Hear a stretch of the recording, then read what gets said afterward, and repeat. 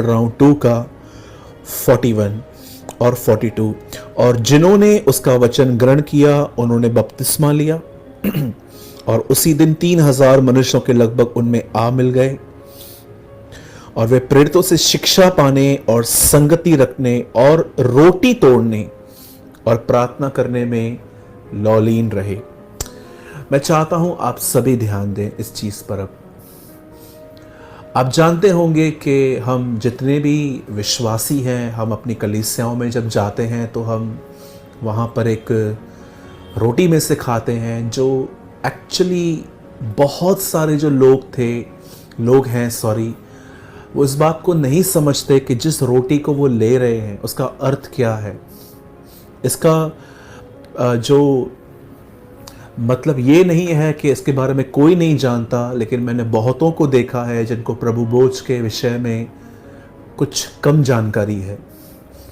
पौल कुरिन्थियों की कलीसिया को कहता है, क्या खाने पीने के लिए तुम्हारे घर नहीं है?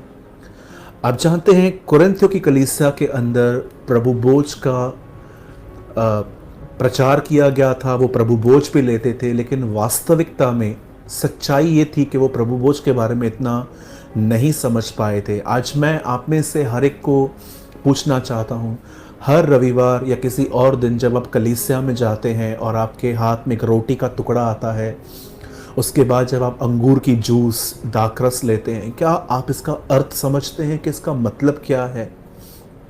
वैसे इस विषय पर 20-25 मिनट का वीडियो मुझे नहीं लगता कि ये बहुत है। ये एक बहुत गहरी शिक्षा है, पर फिर भी मैंने आप लोगों के लिए आज 4 पॉइंट्स निकाली हैं जो मैं आपको बताना चाहता हूं, जो मुझे लगता है बहुत इंपॉर्टेंट है। पहली चीज़, आप जानते होंगे कि यीशु मसीह फसह के पर्व के दिनों में मरा था। ये इज़राइल के लोगों के लिए एक फेस्टिवल था। बाइबल बताती है कि ये सब वो उस याद में करते थे कि वो कैसे मिस्र से निकले थे। आप जानते होंगे कि प्रभु ने अब्राहम से कहा था, मैं तेरे वंश को एक टाउन, एक लैंड दूंगा जिसका नाम बाइबल में कनान भी है, इज़राइल भी है। और जब वो लोग वहाँ से मूसा के द्वारा निकाले गए तो आप जानते होंगे कि कैसे वो निकाले गए। और उसके बाद वो जब उस देश में पहुँचे और उन्होंने वहाँ पर एक फेस्टिवल सेलिब्रेट किया, और इस फेस्टिवल में वो कुछ याद करते थे कि कैसे वो उस गुलामी से बाहर निकले, कैसे वो उस लोहे का भट्ठा जो एक बहुत ही कड़क देश था उसमें से वो बाहर निकले। और उन्हीं दिनों में यीशु मसीह ने एक नया काम शुरू किया और वो है प्रभु भोज। आप जानते हैं प्रभु ने क्या कहा? इससे मेरे सिमरन में करना। इट मीन्स इसे मेरी याद रखिए। जब आप प्रभु भोज को बगैर यीशु के बलिदान के याद करते हैं तो ये अनुचित रीति है। इससे आपका कोई फायदा नहीं होगा, इससे आपकी कोई भलाई नहीं होगी। Do this in a remembrance of me. याद रखिए, जैसे पुराने नियम के अंदर वो मिस्र से बाहर निकले थे और वो इस बात को फसह के पर्व के दिन याद करते थे कि कैसे हम वहाँ से बाहर निकले हैं, वैसे ही हमारे लिए जब हमारे हाथ में प्रभु भोज की रोटी आती है, ये पहली पॉइंट है। अगर आपको इस बात का एहसास नहीं है कि परमेश्वर आपको बचाने के लिए कहाँ से गुजरा, उसने कीले खाए, उसने कोड़े खाए, वो श्रापित हुआ। जिसने पाप नहीं किया था उसे हमारे लिए पाप गिना गया और उसके ऊपर सारी दुनिया की लानतें, सारे श्राप उसके ऊपर आ पड़े। और अंत में उसने ये कहा, पिता इन्हें माफ़ कर। मैं पूरी तरह से विश्वास करता हूं कि जो लोग यीशु मसीह को मार रहे थे उस ग्रुप में मैं भी था, और प्रभु ने मेरे लिए प्रार्थना की थी, इसे माफ़ कर। क्योंकि बाइबल साफ कहती है कि हमारे अधर्मों के कारण वो कुचला गया। यीशु को मारने वाले हमारे गुनाह थे। याद रखिए, हमारे पापों के लिए वो कुचला गया। खुदा को यही अच्छा लगा कि वो उसे कुचल दे। मैं आप में से हर एक को कहना चाहता हूं, सिर्फ ये बात पे बिलीव न करें कि यीशु को पकड़ने वाले फरीसी थे, मारने वाले रोमन्स थे। द बाइबल सेज हमारे गुनाहों के लिए वो मरा। अगर आप जब प्रभु बोझ लेते हैं, ये पहली पॉइंट है प्रभु बोझ की, जैसे कि वो फसह के पर्व के दिन याद करते थे कैसे मिस्र से निकले, वैसे ही जब आप प्रभु बोझ को लेते हैं तो सबसे पहले आपके अंदर ये होना चाहिए कि ये एक रोटी का टुकड़ा सिर्फ नहीं है, ये मेरे प्रभु का बदन है, ये मेरे खुदा का जिस्म है, जिसको मेरी वजह से टुकड़े टुकड़े तोड़ा गया उसे, ताकि मैं उद्धार पाऊं, मैं नजात पाऊं। कुरिन्थियों की कलीसिया ये बिल्कुल भी याद नहीं करती थी। उनके हाथ में प्रभु बोझ आता था, होली कम्युनियन आती थी, वो खा के एक दूसरे को देखते थे। जब पौल को ये बात पता चली तो वो क्या कहता है कि मैं तुम्हारे बीच में क्या सुनता हूं कि तुम प्रभु बोझ इस अनुचित रीति से लेते हो, इससे तो कोई फायदा नहीं है। मैं आप में से हर एक से पूछना चाहता हूं, जब आप प्रभु बोझ लेते हैं तो क्या आप इसके लिए तैयारी करते हैं? क्या आप उस एक रात पहले जब आपको पता चलता है कि कल प्रभु बोझ है, मैं तो कहता हूं ये 365 डेज होना चाहिए, बट एटलीस्ट कई बार हम बड़ा जंप मारने से पहले क्या हम छोटे छोटे स्टेप्स लेते हैं? क्या हम एक रात पहले इस बात को याद करना स्टार्ट करते हैं कि कल प्रभु बोझ है, कैसे मेरा खुदा मरा? क्या आप उस विधि के लिए तैयार होते हैं कि बस आप घर से चप्पल जूता पहन के चले गए चर्च में और आपने बस देखा आज प्रभु बोझ है, लिया और चले आए, उसके बाद आप अपनी डेली रूटीन लाइफ जी रहे हैं? जी नहीं। प्रभु बोझ एक सिमरन है, प्रभु बोझ एक रिमेम्बरेंस है, प्रभु बोझ सिर्फ एक रोटी नहीं है। प्रभु बोझ वो चीज है जो हमें याद करवाती है, जो हमें क्रूस के सामने ले जाती है और हमें शो करती है कि हमारे लिए क्या कीमत चुकाई गई। सबसे पहले मैं आपको यही कहना चाहता हूं, फसह का पर्व पुराने नियम में था, प्रभु बोझ नए नियम की विधि है।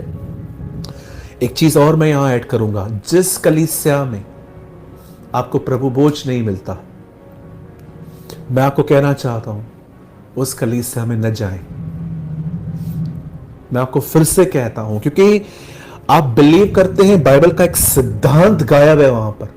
मैंने लास्ट टाइम भी कहा था, जो कलीसिया वाटर बैप्टिज्म में बिलीव नहीं करती, वो कलीसिया प्रभु के वचन पर बिलीव नहीं करती। और थैंक गॉड आप में से बहुतों की बुद्धि खुली, हमें बहुत सारे मैसेजेस आए, कॉल्स आए कि ब्रदर यस आप सही कह रहे हो, हमें बपतिस्मा नहीं मिल रहा है। इवन मैंने आपको लास्ट टाइम भी कहा था कि बाइबल बच्चों को बपतिस्मा नहीं देती, बाइबल के बिल्कुल भी फेवर में नहीं है कि बच्चों को बपतिस्मा दिया जाए, बिल्कुल नहीं। बपतिस्मा तब लिया जाता है जब हमें एक अंडरस्टैंडिंग की लेवल आ जाती है, हम जानते हैं कि ये सही है ये गलत है, और हम खुद डिसाइड करते हैं कि यस मैंने गलतियां की हैं, पर अब मैं बपतिस्मा लेके खुदा के लिए जीना चाहता हूं। एक छोटे बच्चे को क्या पता बपतिस्मा है क्या? सेकेंड थिंग, प्रभु बोझ कब लिया जाता है? अब कुछ लोग कहते हैं कि प्रभु बोझ आपने बपतिस्मा लिया है, नहीं लिया है तो भी आप ले सकते हैं। बाइबल में ऐसी कोई आयत नहीं है जिसमें ऐसा लिखा गया है कि आप ले सकते हैं। उल्टा बाइबल कहती है कि तुम 2 कटोरों में से एक साथ नहीं पी सकते। अब देखिए, मैं आपके सामने एक वचन पढ़ रहा हूं और ये आपके स्क्रीन पर है, देखिए क्या लिखा है। सेम वर्ड 241 प्रेरितों के काम, जिन्होंने उसका वचन ग्रहण किया उन्होंने बपतिस्मा लिया और उसी दिन 3000 मनुष्य के लगभग उनमें मिल गए। अब 42 देखिए, और वे प्रेरितों से शिक्षा पाने और संगति रखने और रोटी तोड़ने में। आप मुझे बताइए, इस भीड़ को, इस कलीसिया को प्रभु बोझ कब मिल रहा है? बैप्टिज्म से पहले कि बाद में? यहां लिखा है जिन्होंने विश्वास किया, बपतिस्मा लिया, उसके बाद उन्हें प्रभु बोझ दिया गया। आपको लगता होगा कि ब्रदर नहीं, ऐसा तो नहीं है। चलिए मैं आपसे एक सवाल पूछता हूं, जब यीशु प्रभु बोझ लेने के लिए पहले माले पे गया और उसने वो सारा सामान मंगवाया, रोटी और दाखरस, मैं आपसे पूछना चाहता हूं, मुझे बताइए उस कमरे में कितने लोग थे? केवल 12। आप जानते हैं वो घर किसी और का था और वो घर का मालिक भी वहां नहीं था, पब्लिक में से कोई नहीं लिया गया। क्यों उन 12 लोगों को सीक्रेटली प्रभु बोझ दिया गया था? क्योंकि वे चेले थे और चेलों में अच्छी बात क्या होती है, वो बात में सिखाते हैं, पहले वो खुद करते हैं। ऐसा हो ही नहीं सकता कि उन्होंने बपतिस्मा न लिया हो और वो ऐसे ही प्रभु बोझ लेते हो। खुदावन ने आपके सामने एग्जाम्पल रखा है। मैं आप में से हर एक को कहना चाहता हूं, प्रभु बोझ सिर्फ वही लोग ले सकते हैं जिन्होंने सबसे पहले अपना जीवन बपतिस्मा लेकर खुदा को दिया है। यहां साफ लिखा गया है, जिन्होंने उसका वचन ग्रहण किया, उन्होंने बपतिस्मा लिया और उन्हें प्रभु बोझ दिया गया। मैंने अपने लाइफ में कभी ऐसे लोगों को प्रभु बोझ नहीं दिया है जिन्होंने बपतिस्मा नहीं लिया है। क्यों? क्योंकि मैं बाइबल में कहाँ भी नहीं पाता कि किसी आदमी को प्रभु बोझ दिया गया विदाउट बैप्टिज्म।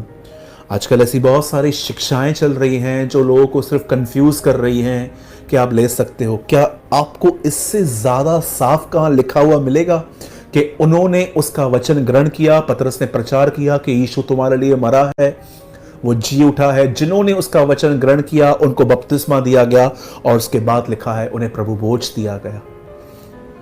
जब यीशु मसीह ऊपर फर्स्ट फ्लोर पे गए तो कोई भी बाहर का व्यक्ति नहीं था, सिर्फ चेले थे। इवन जो बहनें थी वहां पर, उनको तक अंदर नहीं बुलाया गया, पर 12 लोगों को उसने बुलाया और उन्हें एक एक करके कहा कि इसे लो। डोंट बी डिसीव, धोखा न खाएं, गलत शिक्षाओं के द्वारा धोखा न खाएं। बहुत सारे फेमस लोग गलतियां कर रहे हैं। ये आप सोचिए, अगर यही लोग जो आपसे प्रभु बोझ लेते हैं बाहर जाकर ये कुछ और खाएंगे जो बाइबल के अनुसार ठीक नहीं है।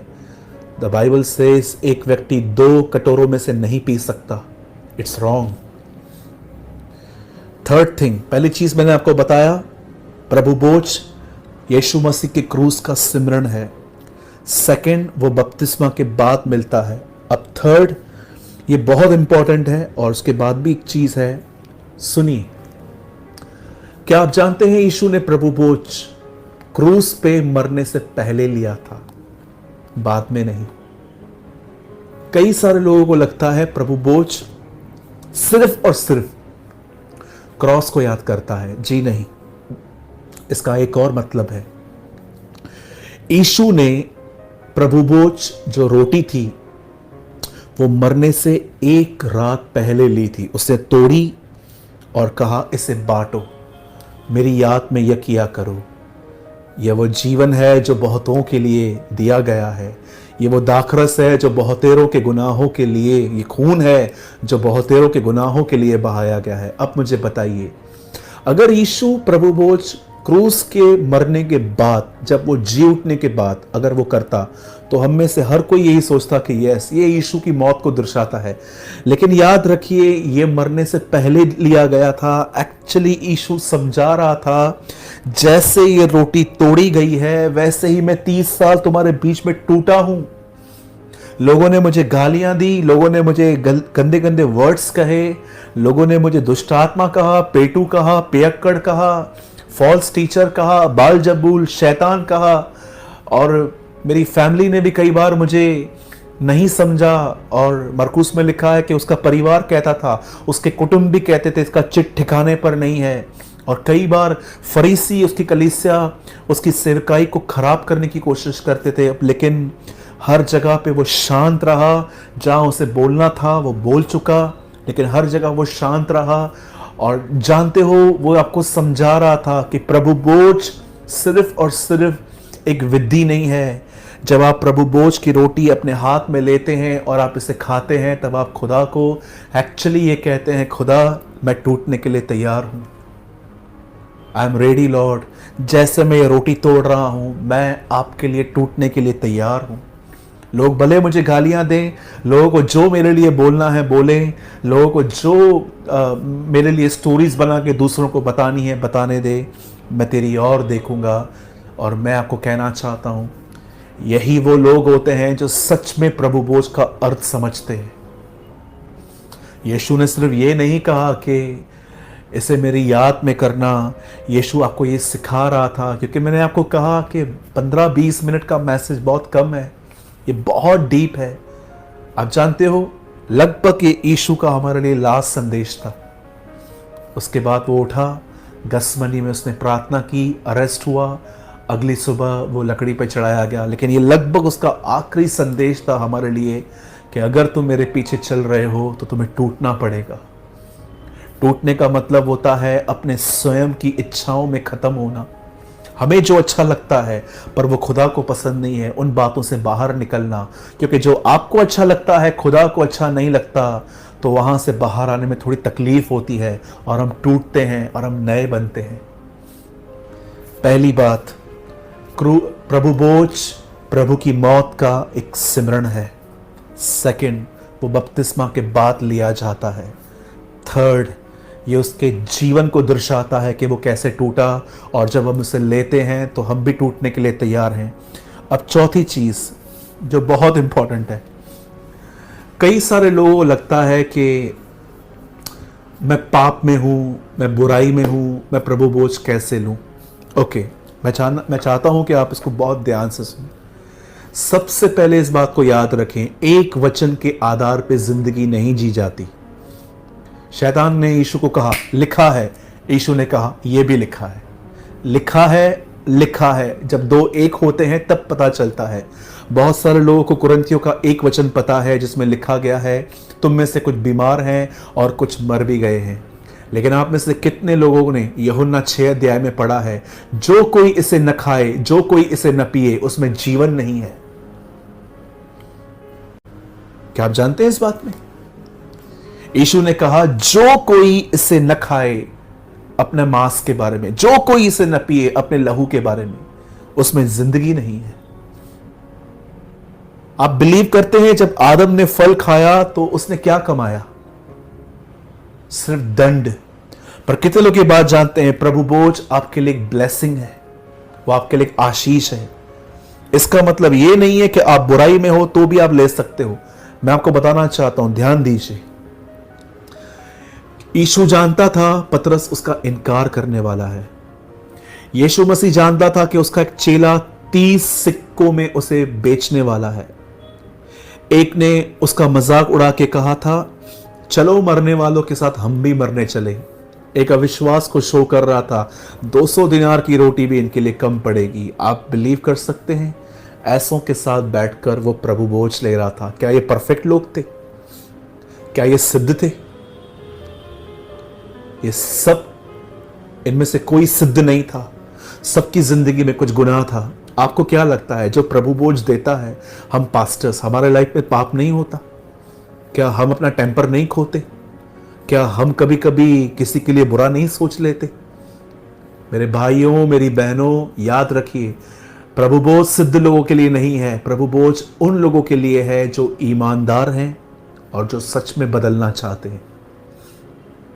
मैं आप में से हर एक को कहना चाहता हूं, अगर आप एक ऐसे व्यक्ति हो जिसको लगता है कि ब्रदर नहीं, मुझे और गुनाह करना है, और मैं जानता हूं हम में से कोई इतना ईविल माइंडेड नहीं होगा जो पाप में रहना पसंद करे कि नहीं ब्रदर, मैं पहले सब गुनाह करूंगा, मैं गुटखा खाऊंगा, मैं शराब पीऊंगा, मैं लड़कियों के साथ बुरे काम करूंगा, मैं छोड़ दूंगा एक दिन। मैं जानता हूं कोई भी नहीं, हम में से हर व्यक्ति निकलना चाहता है।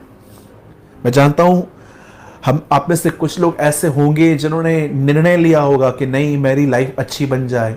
अगर आप सिद्ध होने के बाद प्रभु बोझ लेंगे तो मैं आपको कहूंगा 70-80 साल आपको और वेट करना होगा, क्योंकि सिद्ध होने में बहुत समय जाता है पर ऑनेस्ट होने में सेकंड्स लगते हैं। इवन जानते हैं फरीसी भी एक जगह पे बड़े ईमानदार बने। जब यीशु ने कहा तुम में से जिस किसी ने पाप नहीं किया है वो पहला पत्थर उठाए, सब चले गए। बाइबल में एक जगह पे वो भी ऑनेस्ट दिखाई दिए। मैं आपको कहना चाहता हूं, प्रभु के सामने कहिए, प्रभु हाँ ये गुनाह मैं कर रहा हूं, मुझे पता है ये आपको पसंद नहीं है, पर प्रभु मेरे अंदर से इस डिजायर को निकाल, मेरे अंदर से इस गुनाह को निकाल। प्रभु मैं नहीं करना चाहता, मैं जानता हूं मैं कर रहा हूं, लेकिन प्रभु मेरे अंदर से इसको निकाल, इस इच्छा को निकाल पाप करने की। अपने पाप को मानिए, परमेश्वर को शो कीजिए कि आप निकलना चाहते हैं, और उसके बाद प्रभु बोझ लीजिए। ये आपके लिए ब्लेसिंग है। जो कोई मेरा मांस न खाए, जो कोई मेरा लहू न पिए, उसमें जीवन नहीं है। प्रभु बोझ सिर्फ एक रोटी नहीं है, वो आपको खुदा के करीब ले जाता है, वो आपको चंगाई देता है। मैं आप में से हर एक को कहना चाहता हूं, ईच एंड एवरीवन, कभी प्रभु बोझ मिस न करें। पर उसे एक सही तरह से लें। यस, अगर आप गुनाह कर रहे हैं, अगर आपको और पाप करने हैं, फिर तो वो आपके लिए है ही नहीं, फिर तो आपने उसका अर्थ ही नहीं समझा है। इवन आपने नया जन्म तक नहीं पाया है अगर आपको लगता है कि नहीं मुझे और गुनाह करने हैं।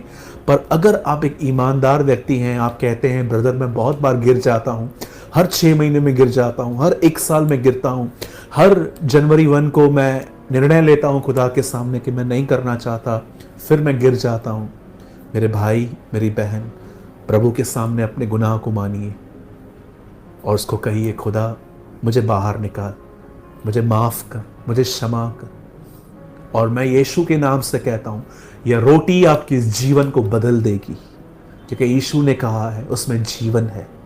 जब हम एक राइट मैनर में उसे लेते हैं, जब हम उसको याद करके लेते हैं, तो वो हमें जीवन देती है। मैंने आपके साथ 4 पॉइंट्स शेयर की। प्रभु बोझ उसकी याद है, उसका सिमरन है कि वो कैसे मरा। प्रभु बोझ बपतिस्मा के बाद लिया जाता है। तीसरी चीज, वो उसके जीवन को दर्शाता है। और चौथी, ईमानदार लोगों के लिए प्रभु बोझ है। और मैं आपसे फिर से कहता हूं, जो कलीसिया प्रभु बोझ नहीं देती, उस कलीसिया में न जाएं। एक ऐसी मंडली ज्वाइन करें जो आपको हर हफ्ते कम से कम एक बार तो वो आपको प्रभु बोझ दें। एटलीस्ट वो बिलीव तो करें कि यस हम करते हैं। कुछ कलीसियाओं में हफ्ते में होता है, 15 दिन में होता है, महीने में होता है। ठीक है, ये आपके लीडर के ऊपर है, हम यहाँ पर कुछ नहीं कर सकते, उन्होंने डिसाइड किया है। लेकिन वो चर्च जो देती ही नहीं है, वहां क्यों रहना? वो एक सिद्धांत को नहीं मानते। हमारे लिए आशीष है प्रभु बोझ। किसने कहा आपको वो श्राप लेकर आती है, दंड लेकर आती है? सिर्फ वो हमारे लिए ब्लेसिंग है।